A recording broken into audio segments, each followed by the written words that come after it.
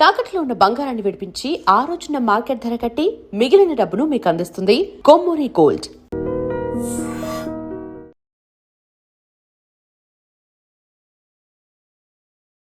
నమస్తే, నేను Kavitha. Welcome to I dream news and నిజాలు. వీర్ సావర్కర్కి భారతరత్న ఇవ్వాల్సిందే. భారతదేశంలో అచ్చే దిన్ అనేది బీజేపీ వల్ల రాలేదు, దాని వెనకాల ఆర్ఎస్ఎస్ ఉంది, అందువల్లే అచ్చే దిన్ వచ్చాయి అంటూ ఆర్ఎస్ఎస్ చీఫ్ మోహన్ భాగవత్ కీలకమైనటువంటి వ్యాఖ్యలు చేశారు. యాక్చువల్గా 100 ఏళ్ళు కంప్లీట్ అయిన తర్వాత చేసినటువంటి ఈ ప్రసంగంలో బాలీవుడ్ ప్రముఖులు ఎందుకంతా ప్రాముఖ్యత వహించారు, వారంతా ఎందుకు అటెండ్ అవ్వాల్సినటువంటి అవసరం వచ్చింది, అందులోనూ ఇప్పటిదాకా ట్రెడిషనల్గా ఉన్నటువంటి ఆర్ఎస్ఎస్ వాలంటీర్లు కాకుండా డిఫరెంట్ ఫీల్డ్స్లో ఉన్న వాళ్ళందరినీ ఎందుకని ఆ సభలకి ఇన్వైట్ చేస్తున్నారు. మనతో పాటుగా ఉన్నారు సీనియర్ జర్నలిస్ట్ సురేష్ కొచ్చతిల్ గారు. సార్ నమస్తే.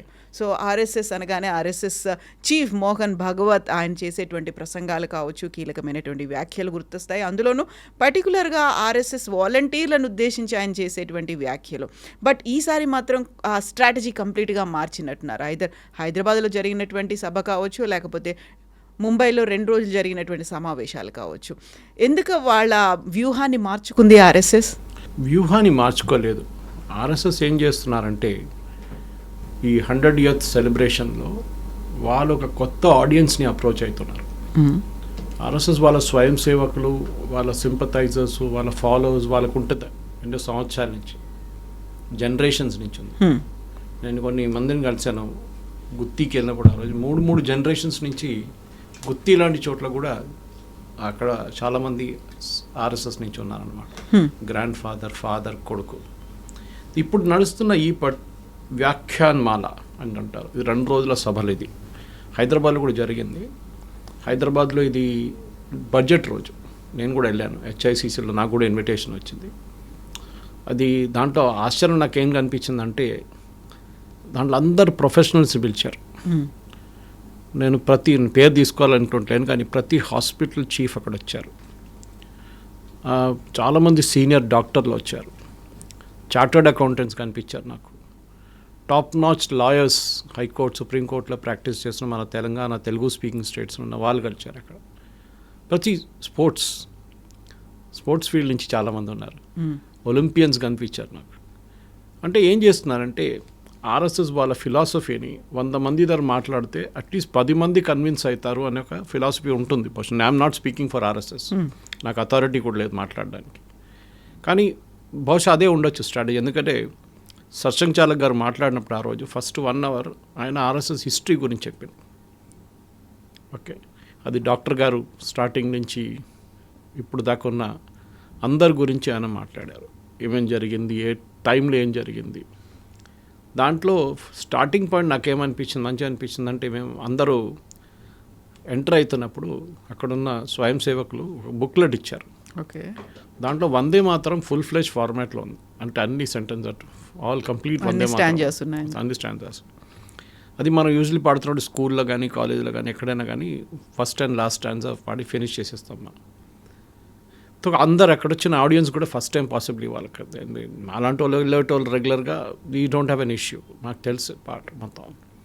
స్క్రీన్లో కూడా చూపించారు, ఇన్స్ట్రక్షన్స్ ఇచ్చారు. సత్సంగ్ చాలక్ గారు వచ్చే ముందు ఒక్క ఫోటో కూడా తీసుకోకూడదు, ఒక్క వీడియో కూడా ఆ పర్టికులర్ ఈవెంట్ది హాల్ లోపల ఉన్న ఒక్క వీడియో కూడా నేను చూడలేదు, ఒక ఫోటోగ్రాఫ్ కూడా చూడలేదు. యూజువలీ మన వాళ్ళు ఎవరైనా వెళ్తే ఫోటోలు తీస్తారు, వీడియోలు వేస్తారు. నేను అక్కడ వెళ్ళాను, సెల్ఫీలు తీస్తారు. కానీ ఆ రోజు అక్కడ బయట కొంచెం మంది తీసుకున్నారు హెచ్ఐసిసి బయట, కానీ లోపల ఎవరు తీసుకోలేదు. రెండోది చప్పట్లు కొట్టకూడదు, అది ఆర్ఎస్ఎస్ ఫిలాసఫీ. అది ఏ ప్రోగ్రామ్ అయినా కానీ ఏ వ్యక్తి మాట్లాడినా కానీ వాళ్ళు చప్పట్లు కొట్టారు. మూడవది నో స్లోగన్స్, జై శ్రీరామ్, భారత్ మాతాకి జై, నథింగ్. అది వాళ్ళ శాఖలు చెప్పుకుంటారు, కానీ ఇక్కడ లేదు. వెరీ క్లియర్ అన్నమాట. ఆ డిసిప్లిన్ పాటించాల్సిందే. అప్పుడు కూడా కొంతమంది చప్పట్లు కొట్టారు టువర్డ్స్ ఎండింగ్, వాళ్ళకి పాస్వర్డ్ లేట్ వచ్చారు అనుకుంటా వాళ్ళందరూ. కానీ నాకు మంచిగా అనిపించింది ఒకటి, అది ఉండే 1 అవర్ ఆయన మాట్లాడిన తర్వాత సత్సంగ్ చాలక్ గారు అక్కడ హెచ్ఐసిసిలోనే ఇంకో చిన్న రూమ్ ఉంది అక్కడ ఆయన వెళ్ళి కొంతమందిని కలిశారు, కొంచెం రెస్ట్ తీసుకున్నారు.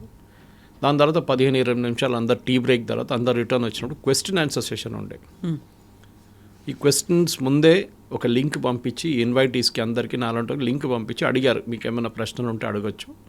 వాళ్ళ ప్రశ్నలన్నీ కంప్లీట్గా కంపైల్ చేసి ఆ క్వశ్చన్స్ సర్సంగ్ చాలక్ గారికి ఇచ్చారు. సో ఆయన అది ఆన్సర్ చేశారన్నమాట. ఏంటి క్వశ్చన్స్, ఒక్కొక్క ప్రశ్నకి చాలా డీటెయిల్గా మాట్లాడారు. ఇన్ఫ్యాక్ట్ లంచ్ టైం ఎక్స్టెండ్ అయింది. లంచ్ టైం 12 బ్రేక్ 12:30కి ఉండే. నేను అక్కడ 1:15 కూడా ఉన్నప్పుడు దాకా వాళ్ళ లంచ్ బ్రేక్ కాలేదు. ఆ రోజు బడ్జెట్ సెషన్ ఉండే అని చెప్పి నాకు చాలా మటుకు న్యూస్ ఛానల్స్కి వెళ్ళాల్సి వచ్చింది. సో లాస్ట్ 15-20 నిమిషాలు బహుశా మిస్ అయిపోయాను నేను అక్కడ.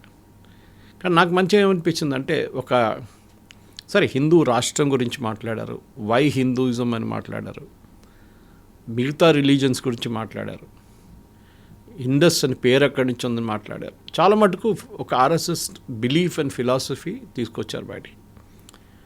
నేను చెప్పినట్లు 100 మందిలో 10 మంది కన్విన్స్ అయితే కూడా I think they won their battle. ఎందుకంటే ఒక మిస్ఇన్ఫర్మేషన్ క్యాంపస్ సంఘ్ గురించి ఎప్పుడు ఉంటుంది. అవును, వీళ్ళు ఏంటి హార్డ్ కోర్ హిందుత్వ, హిందూ రాష్ట్రానికి వీళ్ళు ట్రై చేస్తున్నారు భారతదేశం. ఇన్ఫ్యాక్ట్ నిన్న జరిగిన ముంబైలో జరిగిన దాంట్లో కూడా వ్యాఖ్యానాలలో చాలా క్లియర్గా సత్సంగ్ చాలక్ గారు చెప్పారు, మన హిందూ రిలీజన్ అనేది ఎంత బ్రాడ్ మైండెడ్ అనుకోండి, that we accepted a religion like Christianity also, which is more of a machinery religion. అది కూడా మనం యాక్సెప్ట్ చేసాం, ఎందుకంటే ఇట్స్ వెరీ బ్రాడ్ మైండెడ్. కానీ మీరు ఒక hard core Islamic state like Saudi Arabia తీసుకోండి, అక్కడ వెళ్ళి ఇవాళ ఎవరైనా క్రిస్టియన్ మిషనరీస్ అక్కడ వెళ్ళి క్రిస్టియానిటీని ట్రై చేస్తే అంతే ఉంటుంది వాళ్ళ సంగతి, వాళ్ళు ఉండరు రేపు. సో అట్లాంటి ఒక దేశం కాదు మనది. We are still accepting. సరే అక్కడెక్కడ చిన్న చిన్న ఘటనలు జరుగుతుందని మనకు తెలిసిందే, కానీ సత్సంగ్ చాలక్ గారు అది టచ్ చేయలేదు ఎక్కడ. కానీ I think it's very broad mind. దాని తర్వాత ఈ ఫిలిం స్టార్స్తో ఏదో మీటింగ్ జరిగింది అంటున్నా, that I'm not privy to that knowledge, నాకు తెలియదు ఏం జరిగిందని. కానీ కొంతమంది చెప్పారు, మీరు కూడా అడిగారు నా ద్వారా, బహుశా జరిగి ఉండొచ్చు ఫిలిం స్టార్స్తో. కానీ ముంబైలో జరిగిన ఈవెంట్ వాజ్ మోర్ పబ్లిక్. దాంట్లో ఫిలిం స్టార్స్ చాలామంది అటెండ్ అయ్యారు, కరణ్ జోహర్ కానీ సల్మాన్ ఖాన్ లాంటి వాళ్ళు అటెండ్ అయ్యారు అనమాట. సో ఎస్, అక్కడ కూడా ఒక బ్రాడ్ మైండెడ్ అప్రోచ్ తీసుకురావడానికి reaching out to the other part of the society. ఎందుకంటే హిందూ అనే ఒక మనిషికి సంఘ్ అంటే తెలుసు వాళ్ళకి. అండ్ సంఘ్లో పైకి వచ్చిన వాళ్ళందరూ, సంఘ్లో చాలా సంవత్సరాల నుంచి ఉన్న వాళ్ళు, వాళ్ళకి స్వయం సేవకు తెలుసు సంఘ్ అంటే ఏంటి అనేది. మేమంతా చిన్నప్పుడు కాచిగూడలో ఉంటుండే, ఆ టైంలో పక్కనే కాలేజ్ ఉండే, అక్కడ గ్రౌండ్ ఉండే, శాఖలు నడుస్తుండే అక్కడ. దాని తర్వాతనే బర్కత్పూర్లో కేశవ నిలయం మొదలైంది, కన్స్ట్రక్షన్ మొదలైంది. కానీ ఇప్పుడు కూడా ఆర్ఎస్ఎస్ ఏం చేస్తుందని చాలామందికి తెలియదు. ఆర్ఎస్ఎస్ అని ఒక ఆర్గనైజేషన్ అనుకుంటా కాదు, సేవాభారతి ఉంది దాంట్లో.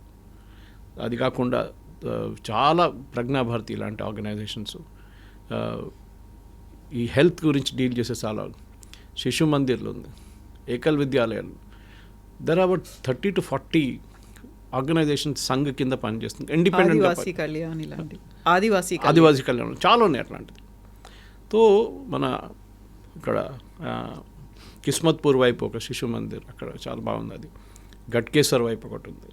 సో ఇట్లా వీళ్ళ ప్రతి యూనిట్లో వీళ్ళది ఉంటుంది ఏదో ఒకటి.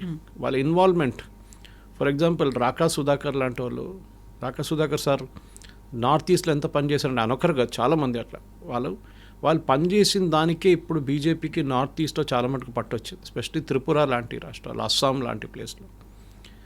వాళ్ళు ఏం చేశారంటే, ఇంగ్లీష్లో ఒక సేయింగ్ ఉంది, if you can't beat them join them అని. క్రిస్టియన్ మిషనరీస్ ఏం చేస్తారో వాళ్ళు బహుశా అదే రిపీట్ చేశారు.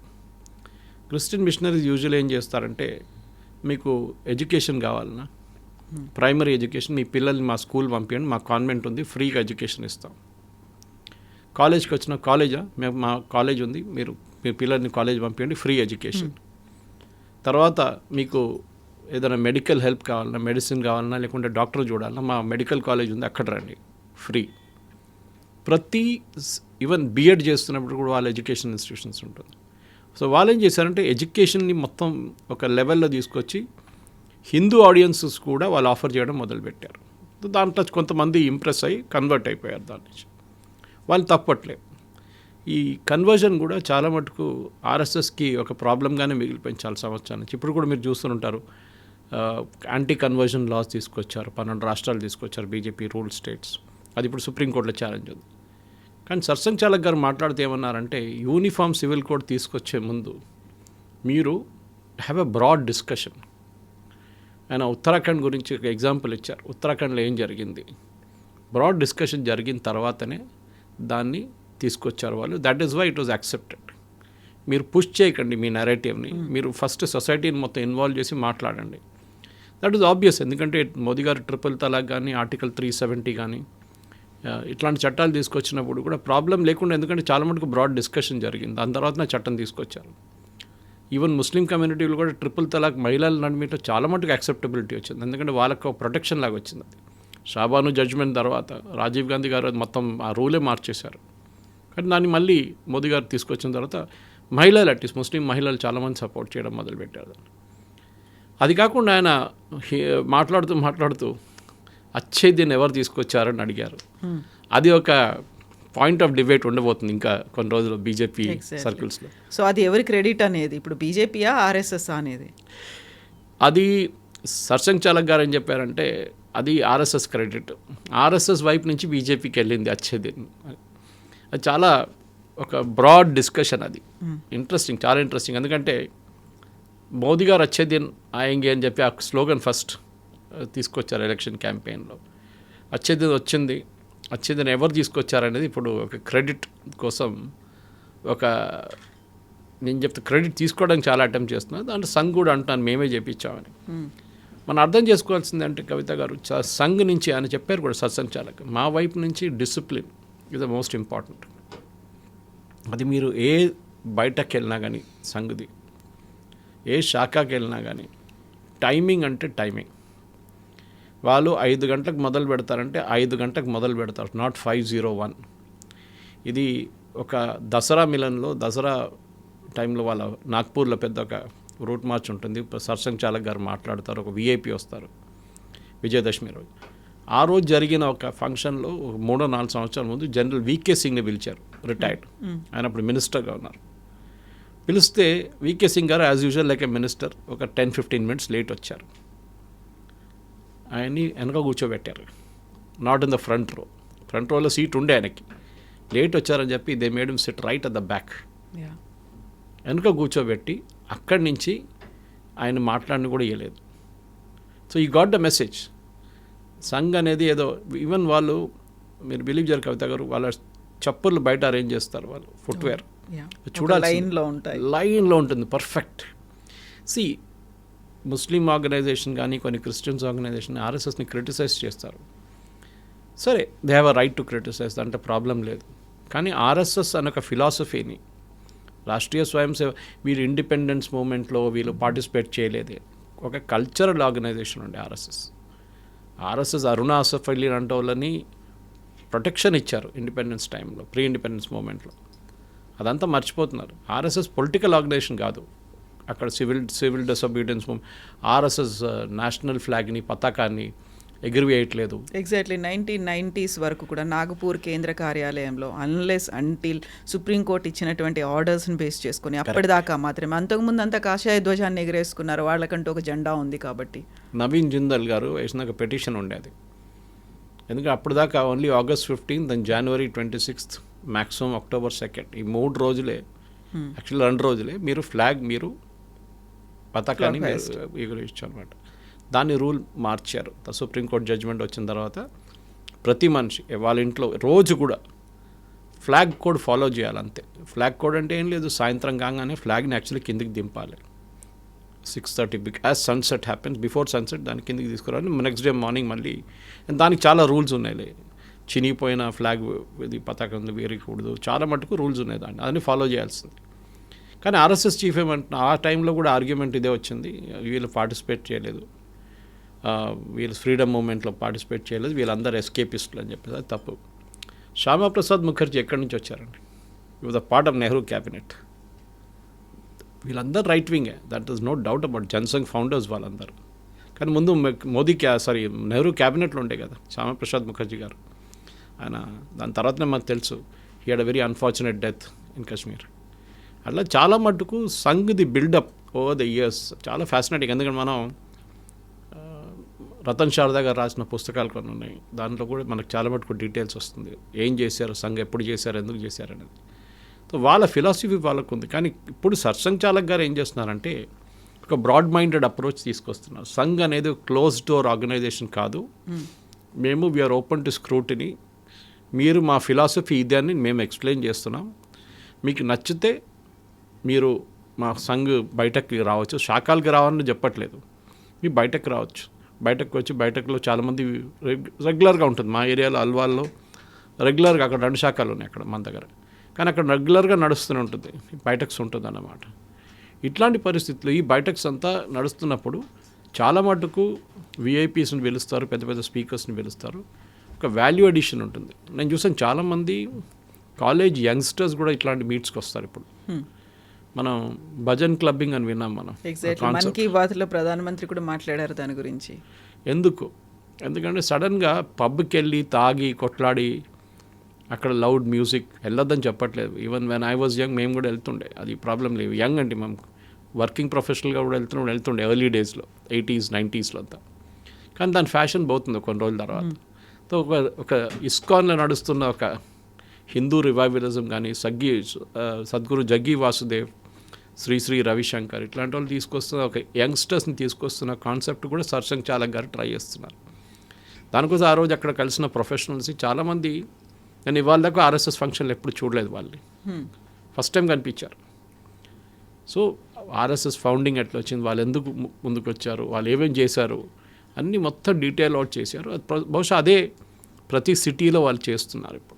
అయితే ఇప్పుడు మిగతా డిఫరెంట్ ఫీల్డ్స్లో ఉన్న వాళ్ళు ఎమినెంట్ పర్సనాలిటీస్ అక్కడ అటెండ్ అవుతే ఓకే, బట్ బాలీవుడ్ ప్రముఖుల్ని కూడా పిలిచారు అంటే బాలీవుడ్ని సాఫ్రనైజ్ చేయాలనేటువంటి ప్రయత్నం ఆర్ఎస్ఎస్ చేస్తోంది. అందుకే వాళ్ళందరినీ ఇన్వైట్ చేశారు. ఇప్పటిదాకా వాళ్ళు ఇన్విటేషన్ రాలేదు, వాళ్ళు ఎవరు పార్టిసిపేట్ చేయలేదు అనేది గుప్పిట్లో పెట్టుకునే ప్రయత్నం చేస్తోందా? ఇట్లాంటి బయటకుల ముందు జరగలేదు. మీరు చూస్తే అక్కడెక్కడ ఉండొచ్చు, కానీ ఇట్లాంటి బ్రాడ్, ఎందుకంటే 100 years అనగానే ఒక ల్యాండ్ మార్క్ సంఖ్య. 100 years సెలబ్రేట్ చేయడంలో వాళ్ళు రెగ్యులర్ ఆడియన్స్కి తెలుసు. మేము శాఖకి వెళ్తున్న వాళ్ళు కానివ్వండి, మిగతా వాళ్ళకి అందరూ ఆర్ఎస్ఎస్ అంటే ఏంటి తెలుసు. ఓకే, సదావత్సలే రాతృభూమి అని పాడుకుంటే మేము వెళ్ళిపోతాం అట్లనే. అది కాకుండా కాషాయ జెండా అది ఉంటుంది ఒకటి. సో అదంతా శాఖలు కానీ దాంట్లో లాఠీలు ఎట్లా యూజ్ చేస్తారు, ఇదంతా ఉంటుంది, దండా ఎట్లా యూజ్ చేస్తారు అనేది. కానీ బయట ఉన్న వాళ్ళకి తెలియదు ఏంటి, వాళ్ళకి మిస్అండర్స్టాండింగ్ ఉంది. ఆర్ఎస్ఎస్ అనగానే ఓ బాబ్రీ మస్జిద్, రైట్స్, అది ఇది అని చెప్పి తీసుకొస్తారు. చాలా హార్డ్ కోర్ హిందూతో మాట్లాడతారు, హిందూ దేశం గురించి మాట్లాడతారు. నార్త్ ఈస్ట్లో చూడండి, ఛత్తీస్గఢ్లో చూడండి అండి. సత్సంగ్ చాలక్ దగ్గర ఒక చాలా ఇంట్రెస్టింగ్ క్వశ్చన్ అడిగారు ఎవరో. మన దేశాలు ఎన్నో గుడులు ఉన్నాయి, టెంపుల్స్ ఉన్నాయి కదా, దీన్ని కొంతమంది స్వాధీనం చేసుకున్నారు, కొంతమంది ప్రైవేట్ ఇండివిజువల్స్ కొట్టేశారు, కొంత గవర్నమెంట్ తీసుకెళ్ళిపోయారు. స్పెషల్ తమిళనాడు లాంటి ప్లేస్, హెచ్ఆర్ఎన్సీ డిపార్ట్మెంట్, మన దగ్గర కూడా ఎండోమెంట్స్ లాంటివి. మనం ఈ ప్రజల నడిమిట్లో మళ్ళీ గుడికి తీసుకురావాలంటే, అంటే డివోటీస్ కోసం తీసుకురావాలంటే ఏం చేయాలని సత్సంగ్ చాలక్ దగ్గర అడిగారు. ఆర్ఎస్ఎస్ ఏం చేస్తారని. సో సత్సంగ్ చాలక్ గారు చాలా మంచిగా ఆన్సర్ ఇచ్చారు. ఏం చెప్పారంటే, అది మా పని కాదు, దానికి విశ్వ హిందూ పరిషత్ ఉంది, మీరు వాళ్ళ దగ్గర మాట్లాడండి. వాళ్ళు ప్రజలతో మాట్లాడి ఎక్కడెక్కడ టెంపుల్స్ ఉన్నాయి, ఎక్కడెక్కడ గుళ్ళు ఉన్నాయి, వాళ్ళు దాని గురించి మాట్లాడి ప్రజలకి మళ్ళీ అదే డివోటీస్ మేనేజ్ చేసేట్లు తీసుకురావాల్సి వస్తుంది. దాంట్లో చాలా లోపాలు ఉండే ముందు, దానికైతే గవర్నమెంట్ టేక్ ఓవర్ చేశారు. ఇప్పుడే తమిళనాడులో చూస్తున్నాం మనం, ఈ 2 ఫ్యాక్షన్స్ కొట్టుకుంటున్నాయి ఒక టెంపుల్ కోసం. అది మద్రాస్ హైకోర్టుకు వచ్చింది, అది ఒక జడ్జి ముందు ఉందన్నమాట డిసిషన్ కోసం. అట్లాంటి చాలా ఇష్యూస్ ఉన్నాయి మన దగ్గర. ఇప్పుడు విహెచ్పి చూసుకోవాలి అనుకున్నప్పుడు గ్లోబల్ హిందూ ఒక ఆర్గనైజేషన్ లాగా ఏర్పడాలి, వాళ్ళందరూ యూనిటీ అవ్వాల్సినటువంటి అవసరం ఉంది అనే మాట ఎందుకన్నారు మరీనా? కావాలి కదా, ఎందుకు? ఇప్పుడు నేను బ్యాంకాక్లో ఉన్నప్పుడు అక్కడ ఆర్ఎస్ఎస్ అని చెప్పారు, అక్కడ బయట ఉన్న అవుట్ సైడ్ ఇండియా హెచ్ఎస్ఎస్ అని చెప్తారు. అక్కడ కూడా శాఖలు ఉండే. ఎవ్రీ సండే బ్యాంకాక్లో ఒక పార్క్లో శాఖ నడుస్తుండే. I use to go for it. కానీ అక్కడ ఆర్ఎస్ఎస్ది యాంథమ్ కానీ మిగతా ఏం పాడరు అక్కడ. ఎందుకంటే అక్కడ రాజా ఉన్నారు ఒకరు, you have to respect him, is authority. మొన్ననే శాంతివనంలో ఇక్కడ హైదరాబాద్లో చాలా పెద్ద ఒక సమ్మేళనం జరిగింది. లోకంలో అన్ని చాలా మంది కంట్రీస్ నుంచి ఇక్కడికి వచ్చారన్నమాట. చాలామంది డెలిగేట్స్ వచ్చారు, హెచ్ఎస్ఎస్ డెలిగేట్స్. ఆర్ఎస్ఎస్ ఏం ట్రై చేస్తున్నా అంటే హిందూ ఫిలాసఫీ. ఇప్పుడు నిన్న మోదీ గారు మలేషియాకి వెళ్ళినప్పుడు మీరు చూసుంటారు, తమిళంతా ఏకం చేస్తుంది మనల్ని. ఈవెన్ రామాయణ లాంటి అక్కడ ఉంటుంది రామాయణ. థాయిలాండ్కి వెళ్ళండి, వియట్నాంకి వెళ్ళండి, కంబోడియాకి వెళ్ళండి, ఆ రామాయణ ఇంపాక్ట్ ఉంటుంది. మహాభారతం మీకు ఎక్కువ కనిపిస్తుంది, రామాయణం కనిపిస్తుంది అక్కడ డిఫరెంట్ డ్యాన్స్ ఫామ్స్లో. అంటే మీరు Suvarnabhumi airport Bangkok, Samudramanthan airport నడిమిట్లో చాలా పెద్దది ఒకటి. ఆలోచించండి, ఇట్స్ అ బుద్ధిస్ట్ కంట్రీ. సముద్రం అంతా ఎక్కడి నుంచి వచ్చింది అక్కడ. మన దగ్గర పెట్టారనుకోండి, ఢిల్లీ ఎయిర్పోర్ట్లోనే, ఒక హైదరాబాద్ ఎయిర్పోర్ట్లో, అంతే సంగతి. కథ మొత్తం గొడవ అయిపోతుంది. సెక్యులరిజం పోయింది, అది పోయింది, ఇది పోయింది అంటారు. సో సంఘ్ ఒక అవుట్రీచ్ చేస్తున్నారు. ఈ అవుట్రీచ్తోని వాళ్ళు, మీరు ఫిలిం స్టార్స్ని ఎందుకు ఇన్వైట్ చేస్తారు, ఎందుకు ఇన్వైట్ చేయకూడదు, నా లాజిక్ అది ఉంటుంది. సరే, సాఫ్రనైజేషన్ నడుస్తుంది బాలీవుడ్లో అంటే, కేరళ ఫైల్స్ వచ్చినప్పుడు కాంట్రవర్సీ ఉంటాయి. I was involved with that. ఆ ప్రొడ్యూసర్స్తో నేను కూడా కపుల్ ఆఫ్ పాడ్కాస్ట్ చేశాము, యూఎస్ రిలీజ్ టైంలో మాట్లాడాము. దాని తర్వాత మనం దురంధర్ సినిమా వచ్చినప్పుడు అదే కాంట్రవర్సీ వచ్చింది. అదేంటి మళ్ళీ హిందూ యూనో ఇస్లామోఫోబియా తీసుకొచ్చారు వీళ్ళు, ఇస్లామోఫోబియా చేస్తున్నారు కావాలని. అటేం లేదు, జరిగిన ఇన్సిడెంట్ చూపించడం తప్పేం లేదు. ఇప్పుడు కేరళ స్టోరీ కూడా వచ్చినప్పుడు ఎంత పెద్ద కాంట్రవర్సీ ఎందుకు ఉందంటే, ఆ దాంట్లో 3 మహిళల నుంచి 33,000 మహిళలు అని చెప్పినప్పుడు ఆ కాంట్రవర్సీ. 33 మహిళలు, 33,000 మహిళలు ఎక్కడ వెళ్ళారు? కేరళ హైకోర్టులో 1991లో అప్పుడున్న డైరెక్టర్ జనరల్ ఆఫ్ పోలీస్ ఒక అఫిడవిట్ ఇచ్చారు, మా దగ్గర 6,000 మంది అమ్మాయిలు ఇవాళ కనిపించకుండా పోయారు ఇప్పుడు దాకా అని చెప్పి. 6,000 1991లో. We are in 2026. ఆ ఫిలిం రిలీజ్ అయింది 2023-24 టైంలో. అప్పుడు డెఫినెట్గా 33 ఉండొచ్చు కదా. ఈవెన్ ఢిల్లీలో మిస్ అయింది అంటున్నారు, చాలా ప్లేసెస్ నుంచి మిస్ అవుతారు. కేరళ నుంచి డైరెక్ట్ ఐసిస్ జాయిన్ చేసిన చాలామంది ఉన్నారు. It's on record. Chief minister Achuthanandan చెప్పారు, అప్పుడున్న చీఫ్ మినిస్టర్ సిపిఎంది. సో దాంట్లో తప్పేం లేదు. I mean you have to acknowledge. Saffronisation అంటే ఏంటి? ఇప్పుడు మీరు హైదర్ అని సినిమా ఒకటి వచ్చింది, మీరు చూసుంటారు. It was in and out against anti Hindu. కేరళలో ఎంపురా అనే ఒక సినిమా వచ్చింది, మీరు చూసుంటారు, మోహన్ లాల్ అండ్ పృథ్వీరాజ్ సుకుమారన్. దాంట్లో విలన్ పేరు బజరంగి, హిందూ. ఆయన గుజరాత్ నుంచి వచ్చిందంట విలన్. కేరళకు వచ్చి గొడవ చేయడానికి ట్రై చేస్తే అక్కడున్న హిందువులు అడ్డుకొని ఆయన్ని తరిమి కొట్టారు అక్కడి నుంచి. తో హిందూ ఈజ్ అ విలన్. అది ఎందుకండి అట్లా చూపిస్తున్నారు?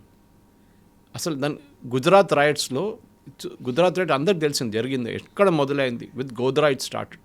గోద్రా చూపించకుండా గోద్రాని ఒక 10 సెకండ్లు చూపించేసి డైరెక్ట్ గుజరాత్ రైట్స్కి వెళ్ళిపోయారు ఆ సినిమాలో. చాలా మటుకు మనం చూసాం, మోదీ గారిని, అమిత్ షా గారిని గుజరాత్ రైట్స్లో ఇంప్లికేట్ చేయడానికి వీళ్ళందరూ ట్రై చేసిండు. సిబిఐ డైరెక్టర్ కార్తికేయన్ గారు కూడా అప్పుడు చెప్పిండు, వీళ్ళు they was an implication, directly చేయాలని చెప్పి ఆర్డర్ వచ్చింది పైనుంచి. మరి అందరూ తెలిసి ఎవరు పంపించారు ఆర్డర్ ఢిల్లీ నుంచి అని. కానీ జరగలేదు. Director general of police Sreekumar, Nambi Narayanan గారిని అరెస్ట్ చేసిన మనిషి, he was the one who was appointed to go after Modi. కానీ జరగలేదు. సరే, మనం ఈ సాఫ్రనైజేషన్ ఆఫ్ బాలీవుడ్ అనగానే ఇప్పుడు హిందూ తెలుగు సినిమాకి వచ్చారు. ఇక్కడ చెప్పండి నాకు ఎన్ని సాఫ్రన్ మూవీస్ వచ్చింది? బాహుబలి రాగానే అరే అది హిందూ మూవీ అయిపోయింది. హనుమాన్ వచ్చింది, అది కూడా హిందూ. ఒక ఆడియన్స్ ఉంది దానికి, మీరు అంగీకరించాల్సిందే. ఒక ఆడియన్స్ ఉంది. ఆడియన్స్ ఉన్నప్పుడు ఎందుకు ప్రొడ్యూస్ చేయరండి? You make an Islamic movie, nobody is objecting. రేపు చేయండి మీరు. కానీ ఎంతమంది ఇస్లామిక్ క్యారెక్టర్స్ మీకు దొరుకుతారు అట్లాంటివి? బికాజ్ ఇస్లాంలో they don't allow any object identification. అది వాళ్ళ దాంట్లో చాలా క్లియర్. ప్రాఫిట్ అని ఒక పెయింటింగ్ కూడా చేయలేరు మీరు, ఒక క్యారికేచర్ కూడా చేయలేరు, లేకుంటే ఒక ఐడల్ కూడా చేయలేరు. So there is no identification. So Islam గురించి చేస్తున్నట్టు చేయండి డెఫినెట్గా, if nobody is objecting. చాలా సినిమాలు వచ్చినాయి అట్లాంటిది. వేర్ ఏం చెప్తారు, ఒక బాలీవుడ్ ఇప్పుడు షారుఖ్ ఖాన్ సినిమాలు తీసుకోండి, దురంధర్ కన్నా ముందు వచ్చిన సినిమాలు కొన్ని ఉన్నాయి, టైగర్ షాప్ చేసిన సినిమాలు కొన్ని వచ్చినాయి. అన్నిట్లో చూడండి villain will always be a Hindu. ఎందుకంటే అట్లా, లేకుంటే ఇండియన్ ఏజెంట్, ఇండియన్ రా ఏజెంట్ ఒక విలన్గా తయారై పాకిస్తాన్ ఐఎస్ఐ ఏజెంట్, ఇండియాలో ఉన్న ఇంకొక ఏజెంట్ కలిసి ఈ ఇండియన్ రా ఏజెంట్ని మొత్తం ఫినిష్ చేసేస్తారు. Why can't it be Pakistani ISI agent అండి? ఇది మనం అడగాల్సింది. ఒక అబ్జెక్టిఫికేషన్ నడుస్తుంది అన్నమాట. సో సంఘ్ని కరెక్షన్, సంఘ్ పర్సెప్షన్ కరెక్ట్ చేయడానికి సర్సంఘ్ చాలక్ గారు చాలా సిటీస్కి వెళ్ళినప్పుడు స్పోర్ట్స్ పర్సనాలిటీస్ని కలవచ్చు, ఫిలిం పర్సనాలిటీస్. ఫిలిం వాళ్ళకి ఒకటి ఉంటుంది, కవిత గారు, వాళ్ళు ఇన్ఫ్లుయెన్స్ చేసే ఒక ఆడియన్స్ ఉంటుంది ఎప్పుడు. ఓకే, ఒక చిరంజీవి గారు కానీ ఇప్పుడు తెలుగు ఫిలిం ఇండస్ట్రీలో, or Mohan Lal or Mammootty Malayalam film industry, or anybody for that matter in Tamil film industry, వాళ్ళు ఇన్ఫ్లుయెన్స్, రజనీకాంత్ లాంటి వాళ్ళు వేరే ఇన్ఫ్లుయెన్స్ చేసి చాలా ఉంటుంది. అండ్ డెఫినెట్లీ వాళ్ళు ఆ రోల్ ప్లే చేసినప్పుడు దాన్ని రియల్ లైఫ్ కూడా కొంతమంది తీసుకుంటారు. సో బాహుబలి వచ్చినప్పుడు కూడా అడిగారు, ఇది అంటే ఏంటి, ఇది ఎందుకు చూపిస్తారు ఇట్లా, why so much of Hinduism in that? లేదు, అక్కడేం లేదు అట్లాంటిది. అట్లాంటివి చూస్తే చాలా సినిమాలు వచ్చి ఉంటుంది. భోజ్పురిలో చూడండి ఎన్నో సినిమాలు వస్తాయి అట్లాంటివి. But we never see that Bhojpuri films అని. జోధా అక్బర్ వచ్చినప్పుడు ఎవరైనా అడిగారండి why Jodha Akbar? Akbar real picture అప్పుడైతే ఫోటోగ్రఫీ లేదనుకోండి ఆ టైంలో, కానీ అక్బర్ అట్లా లేడు, హ్యాండ్సమ్గా లేడు అసలు. ఇవి ద డార్క్ గై, ఒక లింప్ ఉండే ఆయన కాల్లో నడుస్తున్నప్పుడు. కానీ మనకు చూపిస్తుంది ఏంటి, హృతిక్ రోషన్ చూడండి how beautiful he was. Akbar ఏం చేశాడని చెప్పట్లేదు, 33,000 మహిళలు పిల్లలు జోహార్ చేసుకున్నారు రాజస్థాన్లో when the heard Akbar is coming. 33,000 doctor owe me రాసిన బుక్ ఉన్నాయి, చూడొచ్చు. దాంట్లో చాలా డీటెయిల్గా రాశారు ఎక్కడ జరిగింది, ఏం జరిగింది, ఎంతమంది జోహార్ చేసుకున్నారు. బికాస్ ఆయన వస్తే అంతే సంగతి అని తెలిసిపోయింది వాళ్ళకి. కానీ అప్పుడు కూడా మన హిస్టరీ బుక్స్లో ఏం చెప్తారు, అక్బర్ ద గ్రేట్. నేను చెప్తా ఫస్ట్ కరెక్షన్ చేయాల్సింది అక్కడ హిస్టరీ బుక్స్లో. ఫిలిం స్టార్స్ని పిలవడము, డాక్టర్స్ని కలవడము, చార్టర్డ్ అకౌంటెంట్స్ని కలవడం, మిగతా వాళ్ళని కలవడం, ఇట్స్ ఓకే. అది వాళ్ళ ఫిలాసఫీ వాళ్ళు ప్రొపగేట్ చేస్తున్నారు, దాంట్లో తప్పేం లేదు. ఇప్పుడు మన దగ్గర దియోబంద్ ఉంది యూపీలో. దియోబంద్ ఫిలాసఫీ మీకు ఐసిస్లో కూడా కనిపిస్తుంది. ఓకే, మీకు పాకిస్తాన్లో బాలాకోట్ మనం స్ట్రైక్ చేసాం చూడండి, that is based on Deoband philosophy. మొన్న ఇరాన్ నుంచి వాళ్ళ లీడర్ వచ్చినప్పుడు మీరు చూసుంటారు, ఈ వెంట్ టు దియోబంద్. ఎందుకంటే వాళ్ళకి ఒక సెమినరీ అది.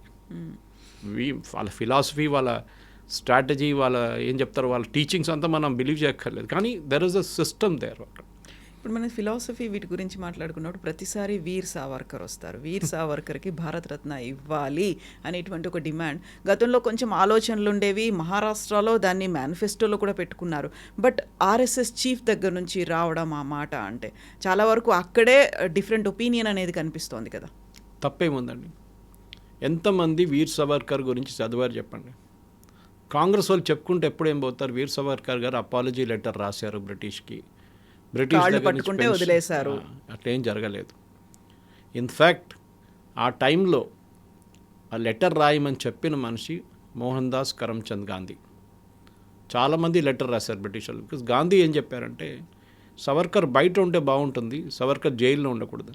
నాకు చెప్పండి కవిత గారు, ఛాలెంజ్ చేస్తాను నేను, ఒక్క కాంగ్రెస్ లీడర్, ఆ టైంలో ఉన్న కాంగ్రెస్ లీడర్ ఒక్కరైనా 10 సంవత్సరాలు సవర్కర్ అండమాన్స్లో కాలాపానీలో సఫర్ చేసిన టార్చర్ 10 సంవత్సరాలు అక్కర్లేదండి, 2 సంవత్సరాలు ఎవరైనా చేశారు? నెహ్రూ 5-స్టార్ అకామిడేషన్ ఉన్నారు అల్మారాలో, గాంధీని ఆగాఖాన్ హౌస్లో పెట్టారు.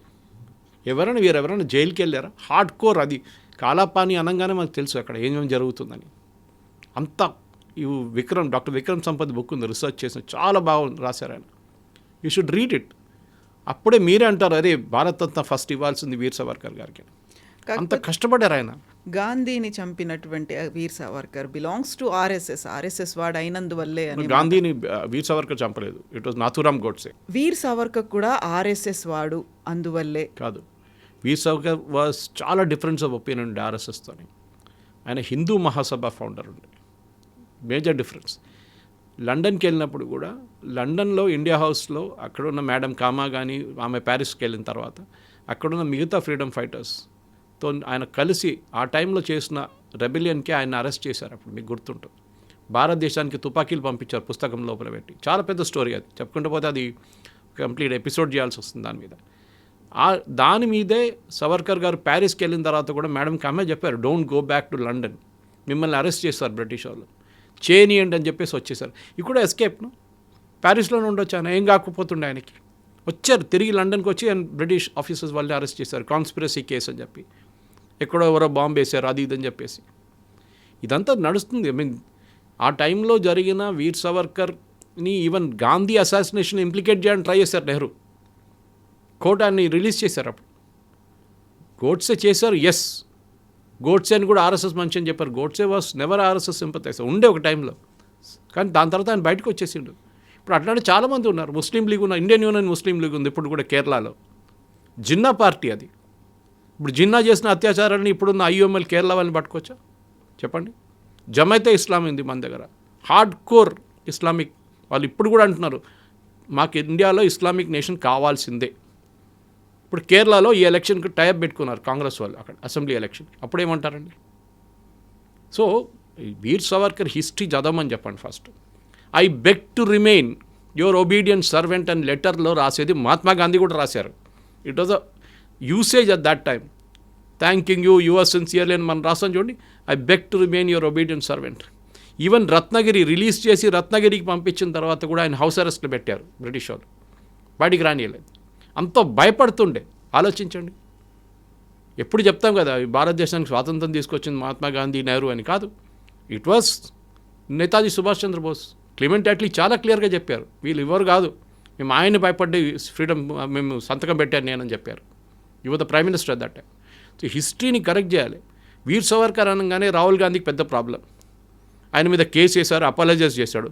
ఈ శరద్ పవార్ చెప్పారు సోనియా గాంధీకి, రాహుల్ గాంధీ గారు నోరు దొరవద్దని చెప్పండి సావర్కర్ గురించి, we are getting impacted in Maharashtra ఒక్కరే కాదు. If you read his life teaching, అది మన టెక్స్ట్ బుక్స్లో ఉండాల్సింది. అది ప్రతి టెక్స్ట్ బుక్లో ఉండాలి, ఒక చాప్టర్ ఉండాలి వీర్ సావర్కర్ గురించి. ఇది కైండ్ ఆఫ్ మీరు you may have a difference opinion with this tactics, కానీ ఆ రోజు ఆయన కష్టపడింది భారతదేశాని కోసం, కాలాపానీలు వెళ్ళి ఆ 10 సంవత్సరాలు కష్టపడింది. It has to be a part of our history books. అది చేయట్లేదు. దానికోసం వీర్ సావర్కర్ అనగానే I'm not Savarkar, I'm Gandhi. ఏ గాంధీ అండి? మీ ఫాదర్ పేరు ఫిరోజ్ గాంధీ ఉండే, యు ద పార్సీ. మీరేమో ఆ గాంధీ పేరు హైజాక్ చేసుకున్నారు. మీరు ఆయన పాపం ఆయన్ని ఇంటి నుంచి తరిమి కొట్టారు వీళ్ళు, నెహ్రూ ఫ్యామిలీ. ఆయన గ్రేవ్ ఏమో అలహాబాద్లో పడి ఉంది, ఢిల్లీలో పెద్ద సమాధి లేదు ఆయనకి. ఇది మనం అడగాల్సి. Savarkar is a very colourful character.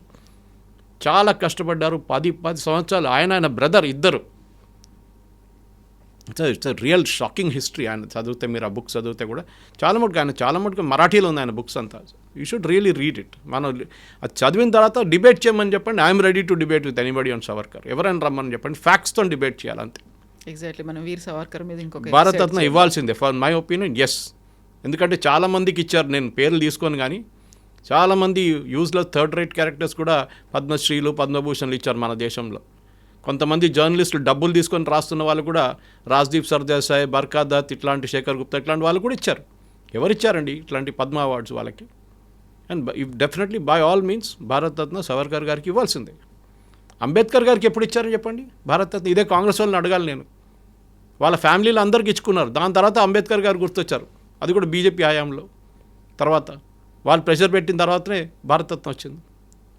ఇది మనం this is my blood boils ఉంటాయి. ఎందుకంటే సావర్కర్ అనగానే ఆయన కష్టపడినది ఇట్స్ నాట్ ఈవెన్ డిస్క్రైబ్ చేయలేము మనం. అంత టార్చర్ చేశారు బ్రిటిష్ వాళ్ళు ఆయన్ని, అంత టార్చర్ చేశారు ఆయన్ని, ఆయన బ్రదర్ ఇద్దరిని అక్కడ జైల్లో, అండమాన్స్లో, కాలాపానీలో. ఎస్ సార్, మనం ఫర్దర్గా కూడా వీర్ సావర్కర్ గురించి డెఫినెట్గా మాట్లాడుతుంది. Okay, thank you very much. Thank you so much. Thank you. నిజంగా ప్రస్తుతం ఉన్నటువంటి సమాజం దేనికి ప్రయారిటీ ఇస్తుంది? ఆర్థిక సంబంధాల చుట్టూ మాత్రమే తిరుగుతోంది. మళ్ళీ ఎన్నికలంగానే చాలా విరక్తి కలుగుతాను. మంచి అనిపిస్తుంది కదా, లేడీస్ కూడా ఛాలెంజింగ్ జాబ్స్ చేసినప్పుడు చాలా బాగుంటుంది.